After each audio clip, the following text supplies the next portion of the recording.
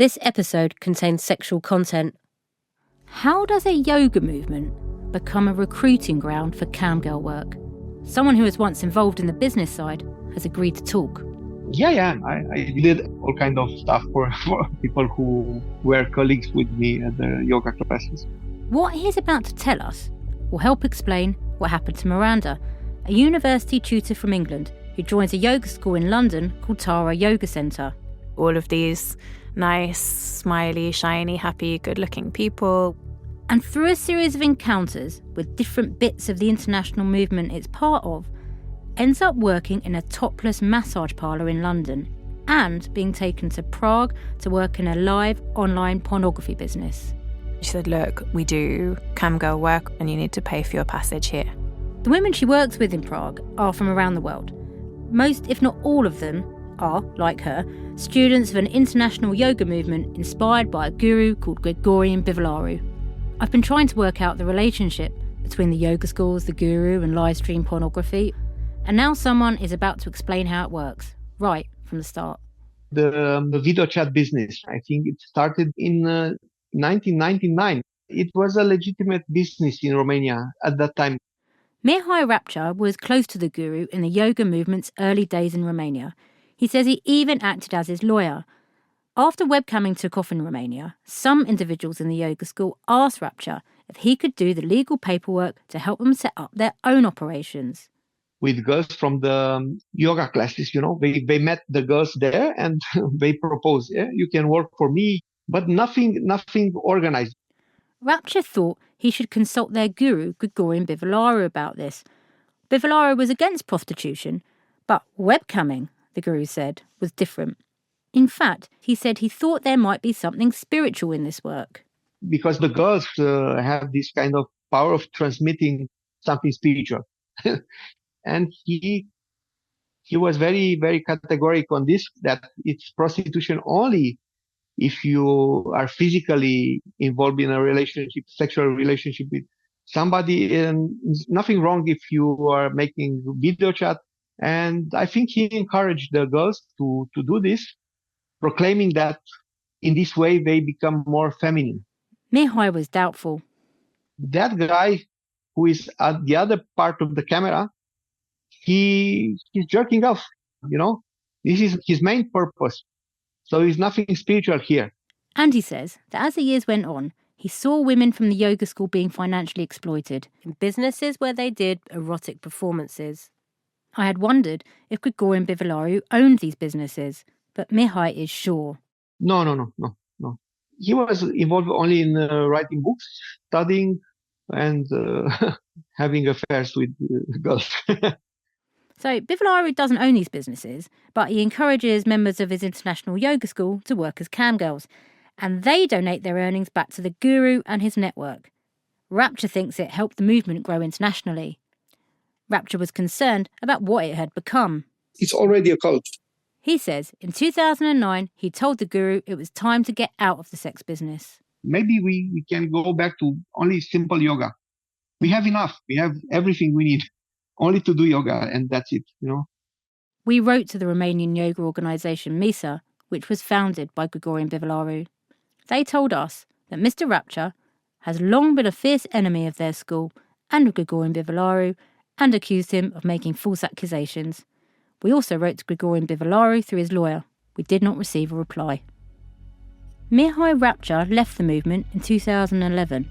He wasn't able to stop the sex businesses from operating, which is one of the reasons why, in 2019, Miranda, a university tutor from England, is working as a camgirl in Prague. But she's starting to have the same doubts as Rapcha. Oh God, maybe this is a cult. This is World of Secrets, Season 6, The Bad Guru. A Radio 4 investigation, Episode 5, The Breakthrough. We should put on one of these pairs of dark glasses which had masking tape on the inside so that we couldn't see where we were going.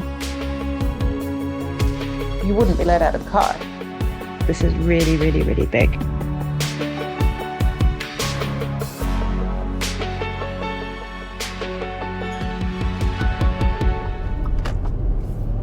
After Miranda has done 6 months in the camgirl house, she goes to live in Hungary, in a commune of Bivolaru's followers where she'd spent some time before. Although she's dared to think that maybe she's in a cult, she hasn't decided yet, and this movement is still her whole life. In February 2020, she takes a trip back to London to help out at an open day at the Tara Yoga Centre. But then... The Prime Minister has announced a series of restrictive new measures to try to curb the spread of coronavirus. He said the country was approaching... Lockdown. Overseas travel is banned. Yoga classes are off. Miranda decides to stay in London for a few months, and then she moves to Oxford, just a few miles away from her parents. For Miranda's mother, Penny, it's a sign of hope that she might get Miranda back. She was back here. She wasn't talking about going abroad again. And she seemed happier. So I thought, OK, I think things are normalising. I've heard that sometimes when people decide to leave a cult, they have a light bulb moment where everything clicks into place. That wasn't the case with Miranda. Although she's having doubts, she can't fully admit them to herself or leave the community of Gregorian Bivolaru's followers. So she starts attending the Tara Yoga Centre in Oxford, and that's when things take an unexpected turn. She's having dinner with her friend, and they start talking about the guru Gregorian Bivolaru, or, as Miranda now calls him, GB. And he said to me at some point, GB is always calling other people demonic. He's calling everyone else demonic and awful. What if he's the demonic one? What if he's the awful one?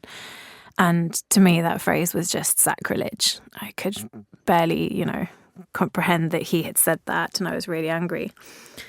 And then he went on to say, you know that it's a cult, right? You know that you're brainwashed. And again, I was extremely annoyed and angry. It took me quite some time to process that. I think I didn't talk to him for a few days. But on some level, I was beginning to be ready to hear it.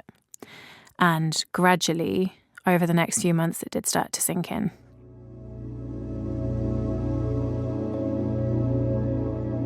Feel free to either write in the chat or even better to unmute yourself and ask directly. Miranda's journey to the heart of Gregorian Bivolaru's international movement started with the yoga classes she attended at Tara Yoga Centre. I've spent hours watching the centre's video lectures and webinars, like this one, entitled The Transforming Power of Pleasure, hosted by Maria Porsveld, then one of Tara Yoga's directors in London. There's a clue in her talk about why so many people like Miranda might find it difficult to break away from spiritual organisations, even if they go on to be treated badly. It's the promise that if you stay, life will be amazing. Ecstasy is not so difficult with a little bit of training, coming with many more benefits than you can anticipate.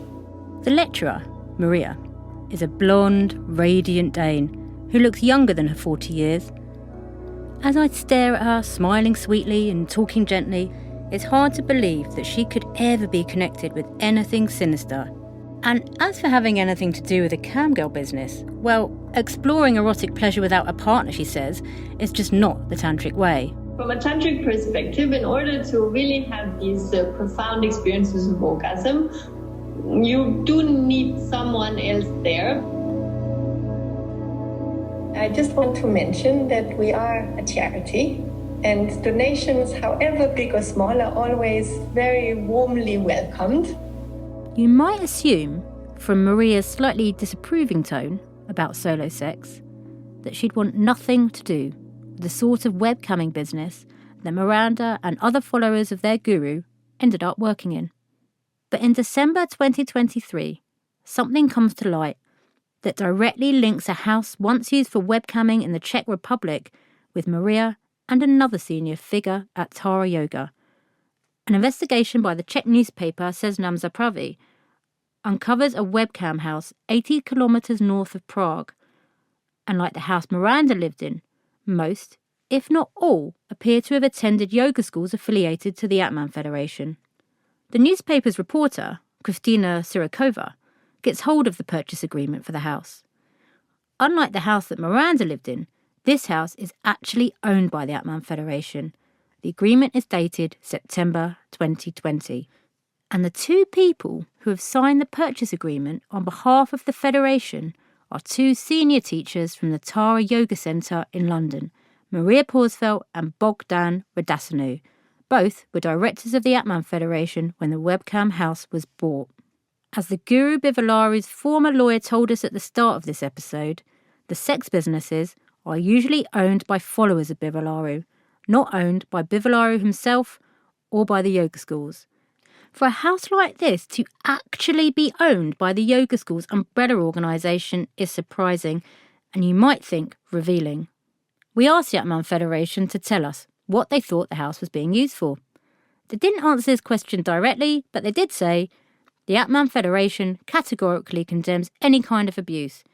We also asked Maria Pausfeld and Bogdan Radasanu what they thought the house was being used for. Neither replied.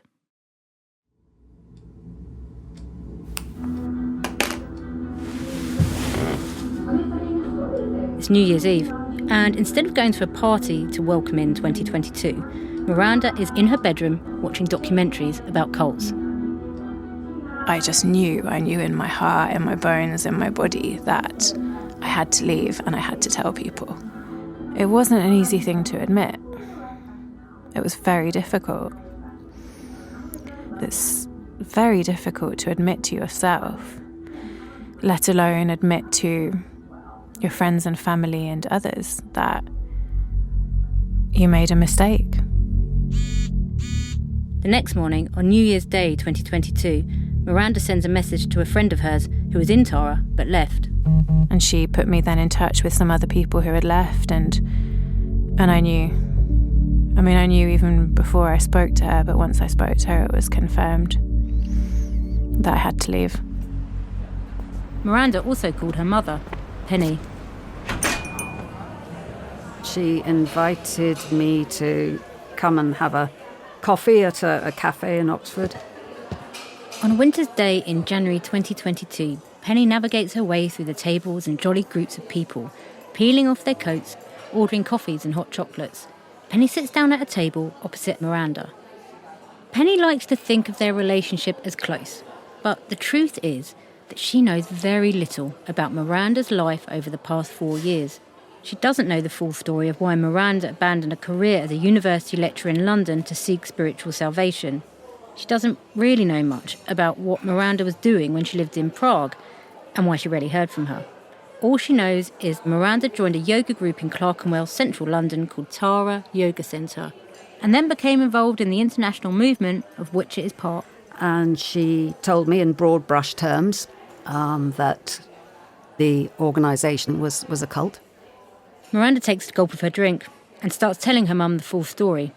Miranda tells her mum everything, even about her so-called initiation with the spiritual guide Gregorian Bivalaru, who Miranda now calls GB. The initiation was in fact a really traumatising sexual encounter. Miranda has no idea how her mum will react to her revelations.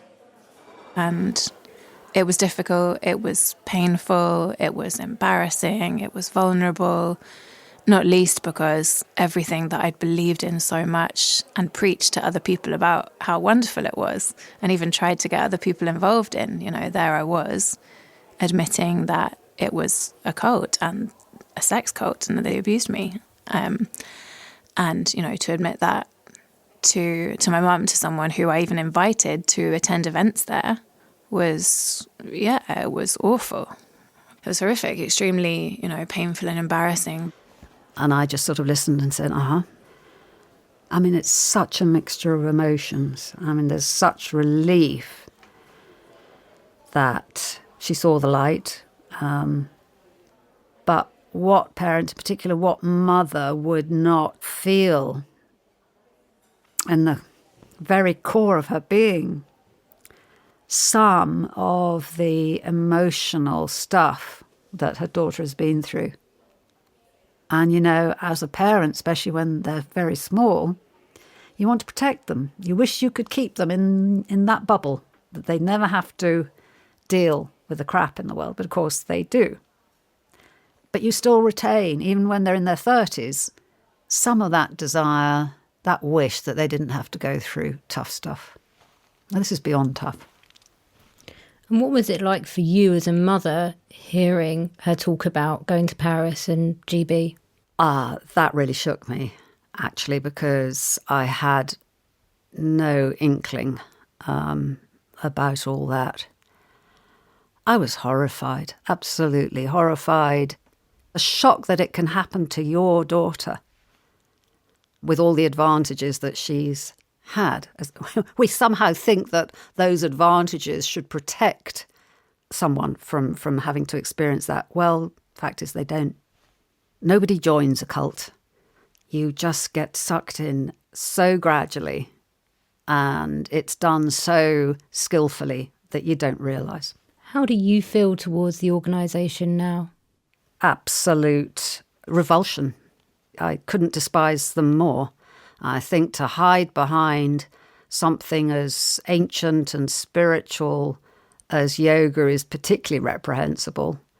How would you describe GB? A complete shit. Elsewhere in Oxford, Laura Hancock, an independent yoga teacher and founder of the Yoga Teachers Union, has spent years investigating Tara Yoga Centre and the wider international movement it's part of. Miranda hears that she's working with a journalist called Kat McShane. That's me. And as I explained in the first episode, Laura is the person who got me started on this investigation. Laura and I have exchanged hundreds of messages and spent hours on the phone together, investigating everything we can about this yoga network. Morning, Kat. I just wanted to say that I've updated the spreadsheet with a few more links. I'm feeling a little bit unsettled about the Tara case. We did calls with people from Australia and Denmark, as well as the UK, but we hadn't spoken to anyone from Britain who had the whole story and was willing to go on the record. We didn't know about Miranda. Now, just a couple of weeks after Miranda had stayed up on New Year's Eve watching cult documentaries, I get this voice note from Laura. Sorry, a slightly urgent message coming through. I got a message from Miranda late last night. Miranda had decided that the best way to stop other people being exploited in the same way as she had been was to talk publicly about her story. It'd be good to get your thoughts before I reach out to her. Cheers, Kat. A few days later, Laura and I have a Zoom chat with Miranda. We learn the true scale of exploitation. It's the story that you've just heard. There is a psychological reckoning for ex-members who have to reconcile all the good they think they experienced in the movement with what they know now. Some people I've spoken to still speak of their time in the movement lovingly. One person, even with tears in their eyes, the community had become their family, and sometimes they still miss it. Yes, they might feel that they have been manipulated, but many of the people they might now see as the abusers or the enablers were or are themselves victims too. Miranda wants to ensure that nobody else is manipulated. Going public will be part of that, but she also wants Laura to help her get the police involved.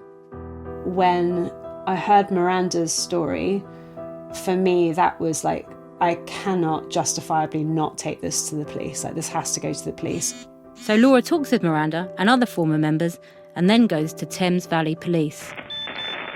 Didn't end the meeting and be like, right, we're launching into investigation right now, which I think a part of me was kind of hoping they would do. Thames Valley Police do an investigation, but then it goes quiet. Thames Valley Police told us that they had done a thorough investigation, but concluded that no offences had taken place in their area, so the case was filed. Like, it disappeared into the ether and there were no updates. We knew that, that wasn't going to be an effective route. In summer 2022, Miranda is being driven by a friend to Glastonbury. The atmosphere in the car is slightly awkward because one of the other passengers is someone who is very involved with Tara Yoga Centre. The other passenger doesn't know Miranda's story and so goes on about how wonderful Tara Yoga Centre is and starts praising one of the teachers. I could just feel this anger bubbling up inside me. Eventually, Miranda can take no more, so she tells the other passenger her whole story. And she had the strongest reaction to it of anyone still in the organisation I'd told up until that point. The most humane and compassionate reaction. She was genuinely shocked and upset, and she said almost straight away, I want to help.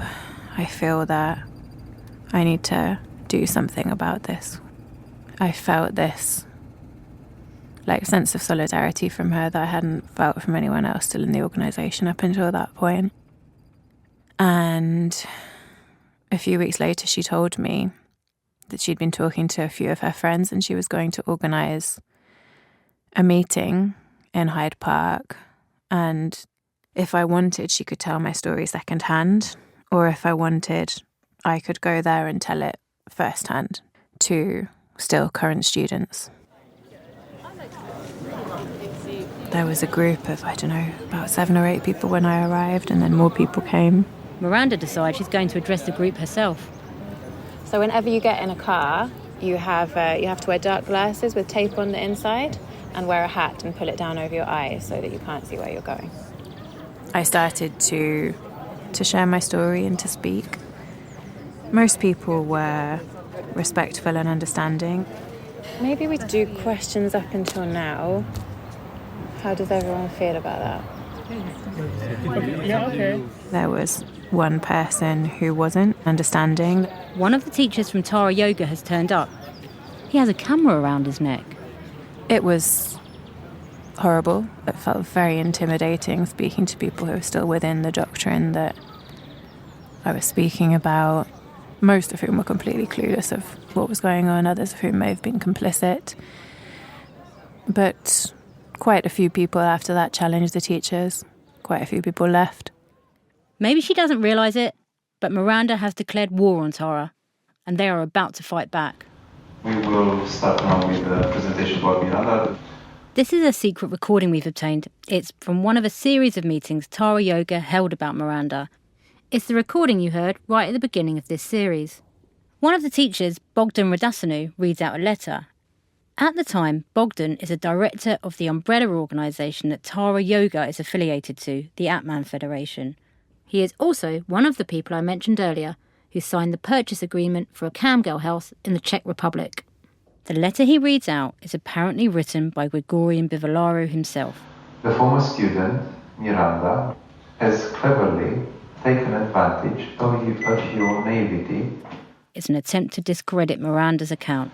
In order for each of you to be edified, we suggest you attentively listen to a recording in which you will hear what Miranda was saying 4 years ago about the experiences she has had and which are of a completely different nature when compared to the statements she is now making.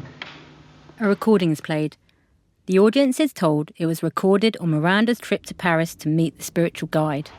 In the house I feel very wonderful, and I feel like I'm stepping beyond the normal limits of time and space. I'm just very, very grateful, and I feel a lot of love. Miranda has heard this recording of herself. One of the things that always makes me cringe when I listen back to myself is the intonation and the accent, and I can hear it there, how I sounded like the teacher sound and how I sounded like this kind of prototype, this cult personality, kind of robotic prototype.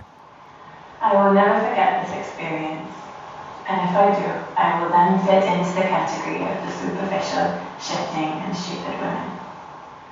I find it disturbing that they keep all of these recordings. It seems fundamentally unfair to play a coerced recording from someone's past to somehow suggest that they are lying in their present, that they think they have that level of ownership over my story, my reality, my voice.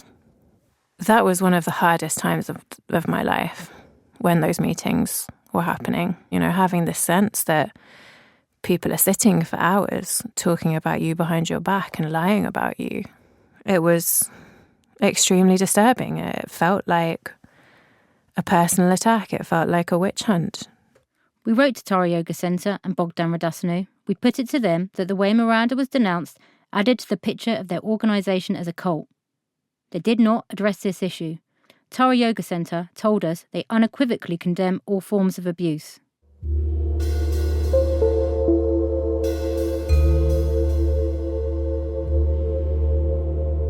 Miranda wanted Gregorian Bivolaro to be arrested.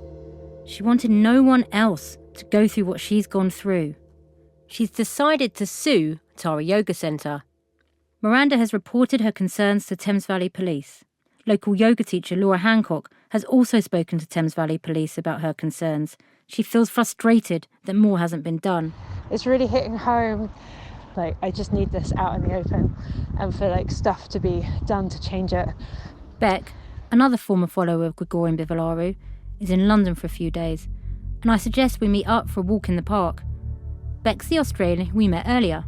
She went to Romania for the yoga festival and had an initiation with Gregorian Bivolaro in Paris. She's trying to persuade the French police to investigate. Miranda is helping her, but Beck is finding the process frustrating.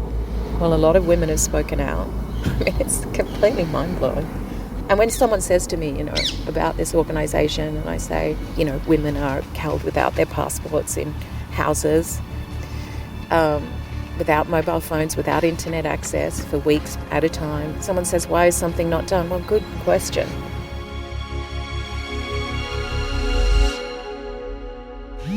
Hi, Kat. I'm delighted. It's huge. It's huge.